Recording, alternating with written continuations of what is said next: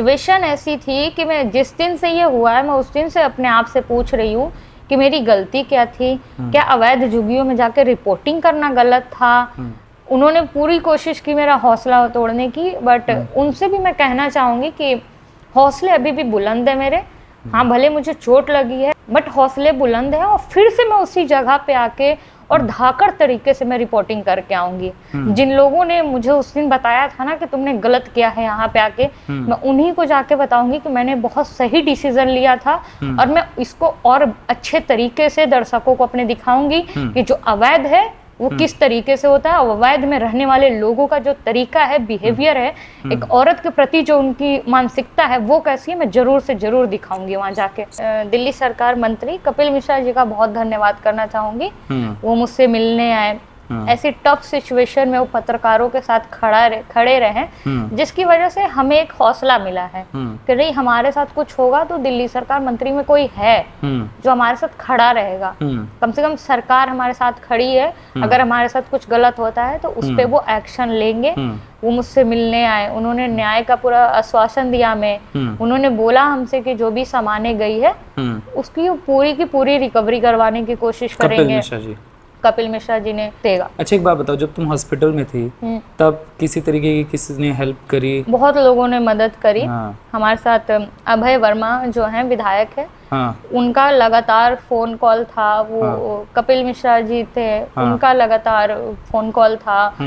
तो हॉस्पिटल में भी इन सब कॉलों की वजह से बहुत सहायता मिली। फिर जो दूरदर्शन के जो वरिष्ठ पत्रकार हैं, अशोक श्रीवास्तव, फिर अमित श्रीवास्तव भैया हैं, उन्होंने भी बहुत मदद करी। मतलब ऐसी टफ सिचुएशन में मेरे फील्ड से लेके, सोशल मीडिया से लेके, मंत्री से लेके एक विधायक तक जो इतने बिजी होते हैं वो तक सब साथ में थे। नमस्कार, आप देख रहे हैं ऑल इंडिया न्यूज। हम आपके साथ जितेंद्र शुक्ला। हाल ही में आपने देखा होगा कि हमारी पत्रकार सुप्रिया पाठक पर किस तरीके से हमला होता है और भीड़ उन्हें मारने पर उतारू हो जाती है। वहाँ हमारे कैमरामैन शाम होते हैं और सुप्रिया पाठक एंकर होते हैं, और भीड़ जिस तरीके से उनका लगातार सामान छीन रहे होते हैं, उन्हें मारने का प्रयास कर रहे होते हैं, लगातार उन पर हमले हो रहे होते हैं। इसके बाद ये सवाल खड़े हो जाते हैं, क्या सच्चाई दिखाने की समाज में यही कीमत होती है पत्रकार की? क्या उन्हें सड़कों पर मारा जाएगा, वो भीड़ का शिकार होंगे, उनके संसाधनों को उनसे छीन लिया जाएगा और उन्हें पंगु बनाकर छोड़ दिया जाएगा? और कहा जाए तो वो समाज से उस समय भीख मांगते रहते हैं कि हमें बचाओ, हमें बचाओ, बचाओ। और कुछ लोग निकलते हैं, कुछ लोग नहीं निकलते, मगर भीड़ लगातार इस कीमत पर होती है कि हम तो पत्रकार को छोड़ेंगे नहीं, पत्रकार ही हमारे सबसे बड़े दुश्मन हैं, हमले किए जाएंगे। क्या यही पत्रकारिता का स्तर रह गया, और यही क्या पत्रकारिता और सच्चाई दिखाने की कीमत है क्या?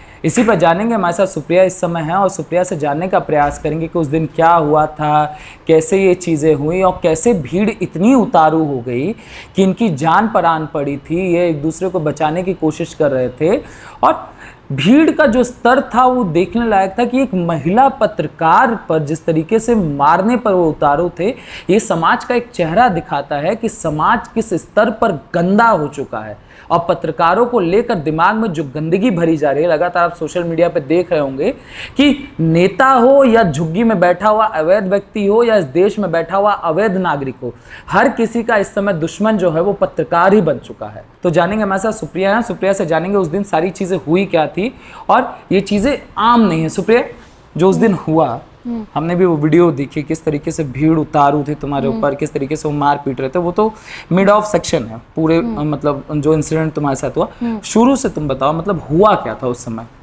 कुछ नहीं, हमें बस पता चला था कि सीमापुरी जो वहाँ पे बंगाली बस्ती है, वहाँ पे कई लोग अवैध तरीके से रह रहे हैं। दिल्ली में जिस तरीके से अभी अधिक्रमण का जो सिलसिला चल रहा है, कई सारी झुग्गियों को नोटिस दिया गया था, तो उसी पे हम रिपोर्ट करने गए थे वहाँ पे। मतलब क्या है सच्चाई, क्या है उस ग्राउंड की। सब कुछ सही चल रहा था, हमने 2-3 शूट कर लिए। हमें उसी वीडियो के थ्रू, वहाँ के लोगों के थ्रू ही पता चला कि कुछ लोग जो हैं वहाँ पे अवैध तरीके से रह रहे हैं। एक जो लाइन थी, तो एक लाइन के इधर साइड पूरे लोग सही तरीके से, लीगल तरीके से रह रहे थे, एक साइड पूरा इनलीगल था। वहाँ पे मान के चलिए उन्होंने 1 किलोमीटर का, इससे भी ज़्यादा जो होता है जगह, उन्होंने पूरा अवैध तरीके से, मतलब कूड़े कचड़े के बीच में भी झुग्गी डाल के रह रहे थे, कब्जा रखी थी। वहाँ पे एसी था, और हम जैसे झुग्गी सोचते हैं ना कि झुग्गी कैसा होता है, एक झोपड़ी जैसा दिखता है, वो झुग्गियाँ नहीं थी, वो प्रॉपर बिल्डिंग बना के वहाँ पे अपने अपने जगह पे सबने बिल्डिंग बना रखी थी, उसमें एसी, कूलर, सारी सुविधाएं उन्होंने ले रखी थी। पर दिक्कत है कि आप एसी लगाओ, कूलर लगाओ, वो आपकी इच्छा है, बट अगर हम उसको बोल रहे हैं कि अवैध है, आप खुद भी बोल रहे हो कि वो अवैध है, तो फिर जब मैं सही बोल रही हूँ, आप भी उसी चीज को बोल रहे हो कि सही है, तो फिर आप मुझे किस बात के लिए पीट रहे हो, या किस बात के लिए आप मेरे पे चिल्ला रहे हो, या मुझे बोल रहे हो कि मैं बिकी हुई मीडिया हूँ। मुझे क्या क्या वहाँ पे नहीं बोला गया, गोदी मीडिया, बिकी हुई मीडिया, दलाल बोला गया है मैं भाजपा का। मतलब अवैध चीजों को दिखाओ तो आप दलाली कर रहे हो वहाँ पे, और अगर उनके साथ में खड़े हो जाओ तो फिर आप बहुत अच्छे हो। हाँ, फिर आप बहुत अच्छे हो। बट वहाँ के लोग जब बोल रहे हैं कि यहाँ पे कुछ बांग्लादेशी, रोहिंग्या, मुसलमान भी हैं, और मुझे पता है कि मेरे देश की सिक्योरिटी यहाँ पे खतरे में आ रही है, तो उस चीज का as a person, as a reporter मैं उसको साइड में कर रही हूँ अभी, पर एज अ पर्सन मैं उसको कैसे बोलूँ कि हाँ वो सही है। रोहिंग्या मुसलमान है, आराम से रहे हमारे देश में, बांग्लादेशी आराम से रहे, नहीं बोल सकती। मेरे देश की सुरक्षा की बात है वो, मैं इस देश की नागरिक हूँ, मुझे अपने देश की सुरक्षा पहले देखनी है। उसको रिपोर्ट लोग रह रहे हैं, ये चलो ठीक है, अवैध तरीके से वहां पे रोड के बीचों बीच एक मस्जिद बना था, रोड के बीचों बीच है वो मस्जिद। अच्छा। उस मस्जिद का आधा हिस्सा यूपी बॉर्डर से लगता है, आधा हिस्सा दिल्ली बॉर्डर से लगता है। रोड का आधा हिस्सा उस मस्जिद ने ले रखा है, उसको लोग वहां के खुद मान रहे हैं कि अवैध है। कुछ लोग बोल रहे हैं नहीं दस्तावेज है, पर कुछ लोग बोल रहे हैं कि नहीं, पहले छोटा सा चादर डाला हुआ था, चादर डालते डालते इन लोग वहां नमाज पढ़ना शुरू हुए, फिर इसको पूरा बिल्डिंग बना लिए। हमें कोई दिक्कत नहीं है, अवैध मंदिर हो, मस्जिद हो, जो भी हो, सरकार के अगर नजर में आएगा तो अवैध, मैं नहीं बोलती कि सिर्फ मस्जिद टूटनी चाहिए, बट अगर अवैध, अगर मस्जिद मंदिर दोनों है तो दोनों टूटे। ऐसा नहीं होना चाहिए कि आप मंदिर छोड़ रहे हो, मस्जिद हटा रहे हो। वहां पे एक मंदिर भी थी जो अवैध थी, मतलब वहां पे 1 किलोमीटर के दायरे में अवैध झुग्गी, अवैध मस्जिद, अवैध मंदिर, तीनों चीज थी। हम तीनों पे सवाल कर रहे थे, हमें ये समझ नहीं आया कि हम चूक कहाँ से हुए। मतलब ठीक है, ऐसा भी होता है कि हम एक साइड बोलते हैं, मंदिर बोलते नहीं टूटना चाहिए, या मंदिर का ऐसा बोलते कि वो अवैध नहीं है, तो फिर हम शायद गलत वहाँ पे होते। तुमने दोनों बोला कि हमने दोनों तरफ से बोला कि नहीं, अवैध तो दोनों है। हमने लोगों से बात की, मंदिर अवैध होने का भी हमें वहीं के लोगों ने ही बताया। हमें नहीं पता था वो अवैध है या नहीं है, मंदिर अवैध है या नहीं है, मस्जिद है कि नहीं, बांग्लादेशी वहाँ पे रह रहे हैं या नहीं, ये सब हमें वहाँ के खुद के लोगों ने बताया। तुम्हारा कोई ओपिनियन नहीं था? वहाँ के लोग अपना ओपिनियन बता रहे थे वहाँ पे। ओपिनियन पे ही बात करते हुए इतना बुरे सिचुएशन में आ फंसे थे हम कि जान तक बचाना हमारा मुश्किल हो गया था। ना हमारा अपना थॉट था वहाँ पे, ना अपना ओपिनियन था। वहाँ के जो लोग बोले उसी पे बातचीत चल रही थी। हम ऐसा भी नहीं बोल रहे थे कि सरकार को तोड़ देना चाहिए, हम बस बोल रहे थे अवैध है या नहीं है। कुछ लोग बोल रहे थे है, कुछ लोग बोल रहे थे नहीं है, कुछ लोग बोल रहे थे दस्तावेज है हमारे पास। बस नॉर्मल बातचीत चल रही थी। हमें खुद जब से ये सब चीजें चली हैं, मुझे खुद समझ में नहीं आ रहा था कि मैं दिल्ली की राजधानी में खड़ी होकर रिपोर्टिंग कर रही हूँ, या मतलब गलती कहाँ हुई मेरे से, क्या गलत किया था मैंने जो लोग इतने मारने पे उतावले हो गए। या अभी भी दिल्ली में हमने सुना था कि बहुत से ऐसे जगह हैं जहाँ पे लोग जाने से कतराते हैं। शायद जो हादसा हुआ मेरे साथ, तो उसके बाद शायद बहुत से ऐसे लोग होंगे जो सीमापुरी में भी अब जाने से कतराएंगे। वो बिल्कुल, वो सिचुएशन ऐसी थी कि मैं जिस दिन से ये हुआ है, मैं उस दिन से अपने आप से पूछ रही हूँ कि मेरी गलती क्या थी। क्या अवैध झुग्गियों में जाकर रिपोर्टिंग करना गलत था? रिपोर्टर सुरक्षित है या नहीं? रिपोर्टर की सुरक्षित किसकी जिम्मेदारी बनती है? क्या अभी भी झुग्गियों तक में वो कानून नहीं पहुंचा है जिस कानून की हम दुहाई देते हैं कि हमें अन्याय व्यवस्था पे पूरा विश्वास है? क्या अभी भी उस झुग्गियों में लोगों को उस कानून का डर नहीं है? भारत में रहते हैं, भारत के कानून से ही वो नहीं डर रहे हैं। उनमें से किसी एक ने नहीं सोचा होगा कि ये ऐसे कर रहे हैं तो कल को मेरे साथ कानून क्या करेगा। मतलब कानून का डर नहीं है उस जगह में। हाँ, पत्रकार को तो वैसे भी हाथ लगाने में लोगों को डर लगता, मगर वहाँ नहीं लगा। वहाँ कुछ नहीं लगा। वहाँ तो छोटे छोटे बच्चे थे जिनको हाथों में पत्थर थे, कुछ ऐसे थे लड़के थे मेरे उम्र के जिनके मुंह में ब्लेड थी, चाकुआं थी। उनको किस बात का डर है? डर तो हमें था ना, डर तो हमें लग रहा था कि हम आज जिंदा बचेंगे या नहीं। हमारे जो पेरेंट्स हमें इतने दूर भेजते हैं कि जाओ तुम अपना करियर बनाओ। पहले तो लड़कियों को घर में रखा जाता था, अब लड़कियां बाहर निकल रही हैं तो पेरेंट्स को अब, अगर आज कल ही मेरे पेरेंट्स को ये सब चीजें पता चली है, वो एकदम टूट गए हैं। उनका कहना है कि तुम जिंदा हो तो सब कुछ ठीक है, तुम जिंदा नहीं रहोगी तो फिर ये सब बेकार है, पैसे हम क्या करेंगे, तुम घर आ जाओ। बट ठीक है, हमारी भी रिपोर्टर मुझे बनना था, बनी, उसकी कीमत आज मैं अदा कर रही हूँ उसकी। बट ऐसा नहीं है कि उन्होंने पूरी कोशिश की मेरा हौसला तोड़ने की, बट उनसे भी मैं कहना चाहूँगी कि हौसले अभी भी बुलंद है मेरे। हाँ, भले मुझे चोट लगी है, मैं बहुत सारे सवालों से भी घिरी हूँ, बट हौसले बुलंद है और फिर से मैं उसी जगह पे आके और धाकड़ तरीके से मैं रिपोर्टिंग करके आऊंगी। जिन लोगों ने मुझे उस दिन बताया था ना कि तुमने गलत किया है यहाँ पे आके, मैं उन्हीं को जाके बताऊंगी कि मैंने बहुत सही डिसीजन लिया था और मैं इसको और अच्छे तरीके से दर्शकों को अपने दिखाऊंगी कि जो अवैध है वो किस तरीके से होता है, और अवैध में रहने वाले लोगों का जो तरीका है, बिहेवियर है, एक औरत के प्रति जो उनकी मानसिकता है वो कैसी है, मैं जरूर से जरूर दिखाऊंगी वहां जाके। सुप्रिया, हुआ कैसे था, मतलब स्टार्ट कैसे चीजें हुई थी, कैसे तुम्हें मारा गया, कैसे शाम को मारा गया, क्या क्या चीजें हुई थी? सब कुछ नॉर्मल चल रहा था, हमने सोचा तक नहीं था कि कुछ ऐसा होगा। हम झुग्गियों के सोचिए, हम अंदर से रिपोर्टिंग करके आ गए। अंदर रिपोर्टिंग अगर कुछ ऐसा होता तो हमें समझ में भी आता कि अंदर पता ही नहीं चलेगा, मेन रोड पे जो पुलिस होंगे या जो नॉर्मल वहां से गुजरते नागरिक होंगे उनको कुछ पता नहीं चलेगा। वहां हमारे साथ कुछ नहीं हुआ। जब हम मेन रोड पे आए हैं, जहाँ पे हो सकता कई सारे दुकान होंगे जिनके बाहर कैमरे होंगे, झुग्गी में तो कैमरे भी नहीं होंगे, वहां के लोगों ने कुछ नहीं किया। जब मेन रोड पे हम आए हैं, मस्जिद के पास जब हम आए रिपोर्टिंग करते वो पूरा एरिया ही उन्होंने कब्जा रखा था। आप वहां जाएंगे तो आपको दिखेगा कि एक कोना तक उन्होंने नहीं छोड़ा था, सब कुछ कब्जाया हुआ था। इस पे हम लोग बातचीत करते करते नॉर्मल आगे बढ़ रहे थे।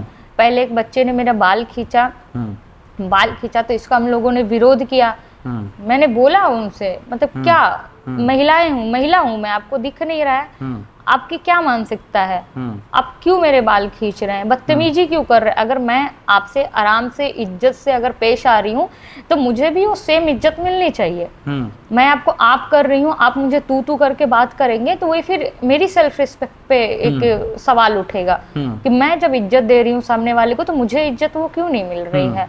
आपके अकॉर्डिंग मैं बात नहीं कर रही हूँ, ठीक है, आप बोल लेंगे, जरूरी नहीं है, मेरा पत्रकारिता है, उसको मैं अपने तरीके से हैंडल करूंगी ना। मैं आपको इज्जत दे रही हूँ, मैं आपसे कोई बदतमीजी नहीं कर रही, फिर आप बदतमीजी कर रहे हो, तो इसी का हमने ऑब्जेक्शन किया था सबसे पहले। श्याम ने उसको डांटा, उसको बोला कि ऑन कैमरा तुम पहले माफी मांगो, तुम ऐसे कैसे एक महिला के साथ बदतमीजी कर सकते हो, ठीक है। उसके बाद वो लड़का किसी से, सबसे वहाँ पे जो कुछ लोग थे बुजुर्ग जो थोड़े से समझदार थे, उन्होंने बोला कि हाँ माफी मांगो, ये गलत बात है। मैं ये नहीं कहूंगी वहाँ पे सारे लोग खराब थे, कुछ लोग थे चनिंदा जिन्होंने उसको बोला कि तुम माफी मांगो, पर वो माफी नहीं मांगा। फिर हमने सोचा चलो छोड़ो हटाओ। फिर उसके बाद नॉर्मल 2-3 मिनट फिर नॉर्मल रिपोर्टिंग चली। उसके बाद किसी ने भीड़ में, बस पता नहीं कौन था क्या था, कहाँ से उसने बोला, मुझे शक्ल तक नहीं पता कि ये बात बोली किसने, बस बोला कि इनका कैमरा छीनो। श्याम के बगल में खड़ा था, उसने कैमरा मरोड़ना शुरू किया। मैं और श्याम अभी कैमरा बचा ही रहे हैं। सड़क पे हो तुम? सड़क पे, मेन रोड पे है वो, मस्जिद ही मेन रोड पे है वो, और हम अभी एक दूसरे को बचा ही रहे हैं। उतने में मुझे यहाँ से चाटे पड़ रहे हैं, कभी इधर से कोई मार के चला जा रहा है, किसी ने मेरे बाल खींच रखे हैं 1 मिनट तक कंटिन्यू, श्याम को पकड़ के मार रहे हैं, श्याम के कभी कैमरे छीनने की कोशिश कर रहे हैं, कभी पैकेट में हाथ डाल रहे हैं। श्याम बोल भी रहा है कि अगर आपको कैमरा चाहिए, चिप चाहिए, तो मेरे पैकेट में क्या है, कैमरा लो ना भाई, चिप लो तुम, मेमोरी कार्ड लो तुम, पैकेट से क्या ले रहे हो तुम। मतलब ऐसी मानसिकता थी वहां पे कि सब कुछ लेने के बाद भी उन लोगों को चैन नहीं हुआ कि कम से कम अब छोड़ दे हमें। उसके बाद भी उसको मार रहे हैं, मुझे मार रहे हैं। हमें लगा कि शायद अब बचना मुश्किल है। उसी समय डीटीसी का बस आया, हमारे लिए एक वो किरण थी वो बचने की, कि चलो डीटीसी के अंदर चले जाएंगे, उसका गेट ये लोग नहीं खोल सकते, अंदर से ही गेट खुलेगा, बंद होगा, अगर हम अंदर चले गए तो हम सेफ हो जाएंगे। क्यों हम वहाँ पे सेफ होंगे। इतने लोगों की तादाद थी, उन लोगों ने गेट नहीं बंद होने दिया, उन लोगों ने बस के आगे ही खड़े हो गए। वहाँ जो ड्राइवर था, जो होमगार्ड की ड्यूटी में थे, वो तक डर गए कि मतलब हुआ क्या है, इनको कैसे बचाया जाए। होमगार्ड ने अपनी पूरी कोशिश की हम लोगों को बचाने की, उसने बहुत कोशिश की, अपनी जान रिस्क पे डाल के उन्होंने हमारी मदद की। बट फिर भी वो इतने लोगों के बीच में हम 3 लोग थे, मैं थी, श्याम था, होमगार्ड थे ना, मतलब इम्पॉसिबल था हमें वहां से निकाल पाना। सब कुछ लेने के बाद भी वो बस फिर हमें घसीटते हुए, जब सब कुछ ले लिया ना, उसके बाद का कैमरा ये सब ले गए थे, सब एक रुमाल तक उन्होंने नहीं छोड़ा है। बस वो तो कहते हैं ना कि एक बैग पीछे से था, वो बच गया क्योंकि श्याम ने खुद को पीछे कर रखा था, तो बस बैग बच गया। उसके बैग बाद में कुछ बचा था कि ये सब? बैग में कुछ था ही नहीं, मतलब अच्छा, कैमरा माइक सब हाथ में थे? कैमरा माइक, जब इमरजेंसी के लिए कि सडन अंधेरा हो जाए तो लाइट की बैटरी सब पैकेट में थी, सब ले गए। वो इतना लेने के बाद भी उनको चैन नहीं पड़ा, पता नहीं और क्या चाहिए था, सब तो ले लिया है। उसके बाद वो श्याम को घसीटते हुए बस से निकाले हैं वो, फिर उसको पीट रहे हैं। फिर मैंने उसको बचाने की मैं कोशिश की, बट मुझे भी लोग इधर उधर टच कर रहे हैं, मैं अनकंफर्टेबल हो रही हूँ, डर भी लग रहा है, गलत तरीके से छूने की टच कर रहे हैं, बुरा भी लग रहा है, समझ में भी नहीं आ रहा क्या करे, बचना भी है। घर वालों को ऐसा लग रहा था जैसे लास्ट मोमेंट है, अब बस यही है, शायद फिर कभी घर वालों को देख नहीं पाए, बट ठीक है। मतलब ये एहसास हो गया था कि अब हो सकता है कि अब बचे ना, कैसे मतलब बच पाते, 500 की भीड़ में 2 लोग हम फंसे हैं, 1 लोग बचाने वाला, कैसे कोई बच पाएगा उस चीज को लेके। मतलब आप लोग रिक्वेस्ट कर रहे थे कि छोड़ दो, रिक्वेस्ट मैं कितनी बार रिक्वेस्ट कर चुकी थी कि मतलब आपने सब कुछ ले लिया है तो अब मतलब छोड़ दो, हमें जाने दो। मतलब कुछ नहीं था हमारे पास, मेरा चश्मा तक नहीं था, वो तो एक बच्चे ने लाके मुझे 2 बार मेरा चश्मा उसने दिया, 2 बार गिरा चश्मा, मुझे मतलब चश्मा मुझे इसके दिखता नहीं। उसके बाद भी मैंने सोचा कि छोड़ो, हटाओ, बच जाएंगे तो चश्मा लिया जाएगा, इतनी बड़ी बात नहीं है, मैं ले लूंगी, पर कम से कम बचे तो पहले, जान इम्पोर्टेंट है पहले। हाँ। तो बचना। उसके बाद फिर दूर से मुझे होमगार्ड वही जो थे वो दिखे कि कंटिन्यू वो फोन कर रहे थे कि पुलिस वाले कभी मिल जाएं, तो तुरंत नंबर नहीं मिल पा रहा था। तो कैसे कैसे 2-3 बाइक वाले आए, तो उन्होंने मुझे कहा कि आप बैठिए, आप एक महिला हैं, आपके साथ कुछ गलत हो जाएगा, ये लोग कहीं अगर आपको लेके भी चले गए कैसे पता चलेगा, आप बैठिए। बट मैं बच जाती, मुझे लड़की होने के बाद इतने लोग मदद भी कर रहे थे, श्याम अकेला फंस जाता, और फिर शायद अगर कुछ हो जाता, मैं वहां से निकल जाती, तो शायद मैं फिर अपने आप को कभी माफ नहीं कर पाती कि मेरे पास एक ऑप्शन था उसको बचाने का, जा सकते थे वहां से। हाँ, कि मैं लड़की हूँ, मुझे लोग हेल्प करने आ रहे, तो इसी सहारे, इसका ही सहारा लेके मैं उसको भी निकाल सकती हूँ। फाइनली फिर मैंने अपने दिल की सुनी, मैंने बोला नहीं, मेरे साथ श्याम है, मेरा दोस्त है, कैमरा पर्सन है वो, मैं उसको नहीं छोड़ सकती हूँ। फिर कैसे कैसे पुलिस ने मुझे पकड़ रखा था, होमगार्ड ने, हाँ, होमगार्ड ने मुझे पकड़ रखा था कि कोई मेरे पास ना है।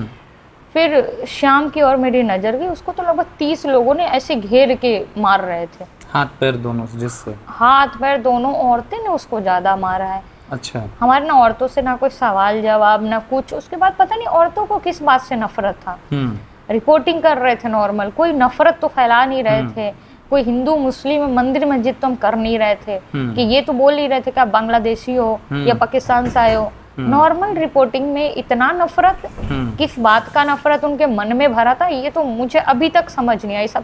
1 हफ्ते होने को है, बस समझ अभी भी नहीं आ रहा है कि इतनी नफरत आई कहाँ से, इतनी दिक्कत रिपोर्टरों से कहाँ से, कौन सी मानसिकता, कौन सा जहर घोल रहे हैं ये इनके मानसिकता में, कैसे कैसे। फिर एक जो था, जो मेरे पास आया, उसने कहा कि आप बैठिए, हम आपको छोड़ते हैं। बाइक वाला जो था, होमगार्ड ने बोला तुम बैठो इस पे, मैं शाम को ला रहा हूँ। मैं बैठी हूँ, शाम तुरंत आके बैठा है।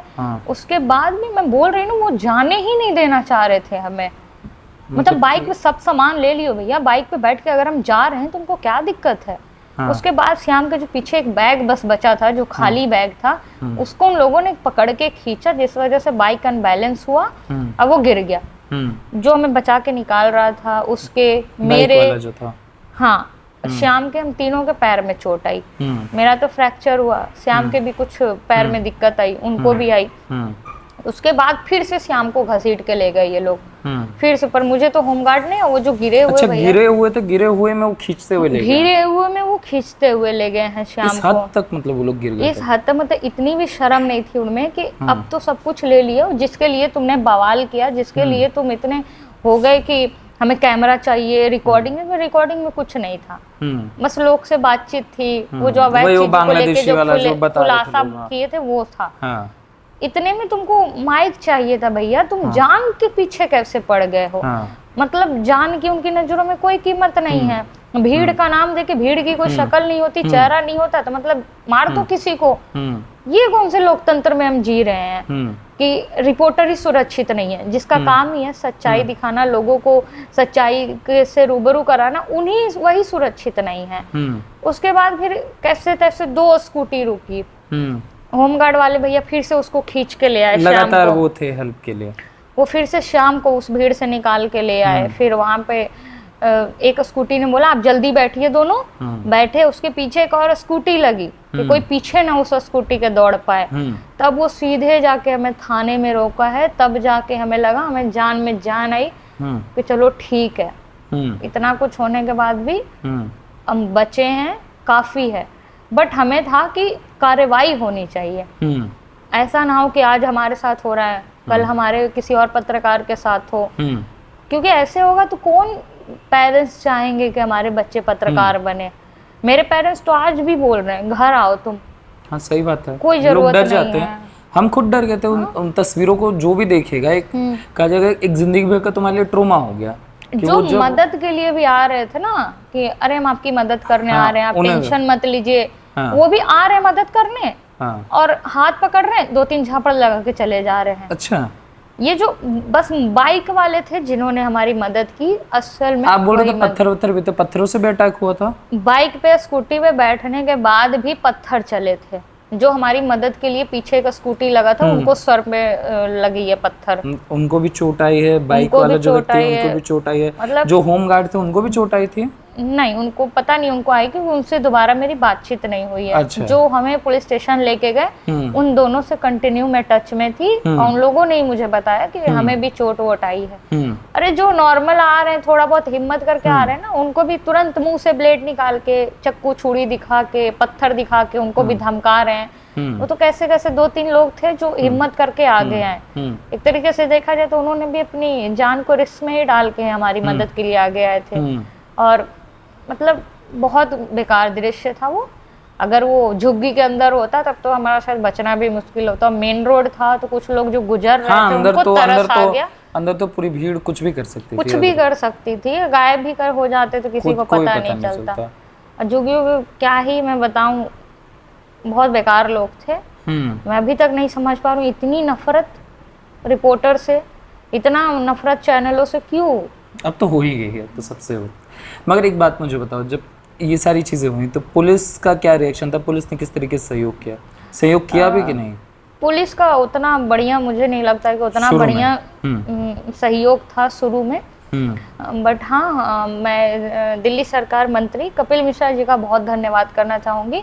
वो मुझसे मिलने आए, ऐसी टफ सिचुएशन में वो पत्रकारों के साथ खड़े रहे, जिसकी वजह से हमें एक हौसला मिला है कि नहीं, हमारे साथ कुछ होगा तो दिल्ली सरकार मंत्री में कोई है जो हमारे साथ खड़ा रहेगा। कम से कम सरकार हमारे साथ खड़ी है, अगर हमारे साथ कुछ गलत होता है तो उस पर वो एक्शन लेंगे। वो मुझसे मिलने आए, उन्होंने न्याय का पूरा आश्वासन दिया हमें। उन्होंने बोला हमसे कि जो भी सामाने गई है उसकी पूरी की पूरी रिकवरी करवाने की कोशिश करेंगे। कपिल मिश्रा जी ने उन्होंने बहुत आधे घंटे वो मेरे से मिले और आधे घंटे में पूरे जायजा लिया उन्होंने कि कैसे कैसे क्या क्या हुआ, क्या क्या वीडियो में कैप्चर था, वो सब उन्होंने लिया। और लास्ट में उन्होंने पूरा भरोसा दिलाया कि हम मदद करेंगे। उन्होंने मदद की भी। पुलिस पे एक प्रेशर बना, प्रेशर बनने से फिर क्या हुआ कि जो लड़के थे जिनका वीडियो वायरल हुआ था बस वाला, उनमें से 4-5 लड़के पकड़ाए।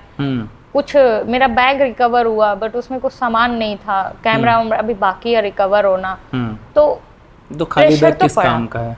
खाली बैग किस काम का है? एक मंत्री का हाथ होना ऐसे सिचुएशन में, हाँ, कि पत्रकारों के साथ खड़ा होना, ये अच्छी बात है। क्योंकि मैं डाउट में थी कि हमारे साथ ऐसा हुआ है तो कोई आएगा भी हमारी कि नहीं? सुरक्षा किसके हाथ में। हाँ अल्पसंख्यकों के लिए बहुत सारे पार्टी है, हाँ देश के नागरिकों के लिए बहुत सारी पार्टियां हैं, हिंदुत्व के लिए भाजपा लड़ने को हमेशा तैयार रहती है, बट पत्रकारों के लिए कौन खड़ा है। तो उस डाउट में थी मैं कि सरकार हमारा साथ देगी नहीं देगी, बट सरकार ने अच्छा काम किया।